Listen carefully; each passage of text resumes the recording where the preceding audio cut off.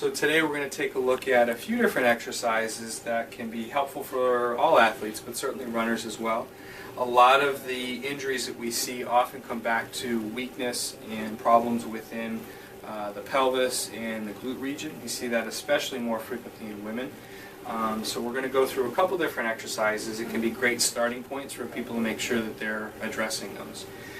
The first is going to be what's referred to as hip abduction, or just lifting the leg up to the side, and that's going to target the gluteus medius muscle, which is, again, one of the muscles that tends to be fairly weak in folks. So we're going to have Ashley turn on her side, and the position and the form that your athlete is doing this in becomes real important. We want to make sure that the pelvis is forward just a little bit, the knee is going to stay straight, and we're going to extend the hip back just a little bit, and then she's going to lift up, and then nice, slow, and controlled on the way down. Now this position that she's doing that in is going to be what isolates the gluteal muscle. If people actually allow that leg to come forward or the pelvis rolls back, we tend to activate the tensor fasciae lata and the iliotibial band much more. And that tends to be a problem that runners will actually have, is irritation along that region. So making sure that folks are doing this with good form becomes real important.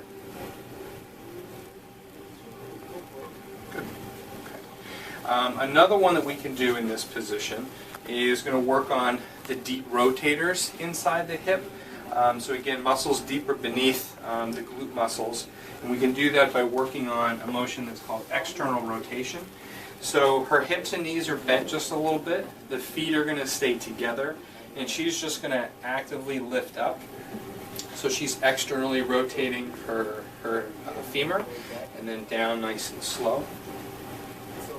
Back up. And again, keeping this nice and stable. We don't want to see her as she lifts up. We don't want to see that pelvis roll back.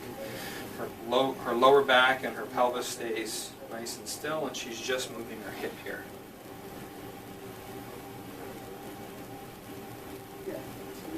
And as people progress with that, we can add a little bit of resistance by using TheraBands or different resistances. So now she's going to have to pull up into that a little bit, which will make it a bit more challenging. And it's giving resistance, so she has to control it on the way down as well.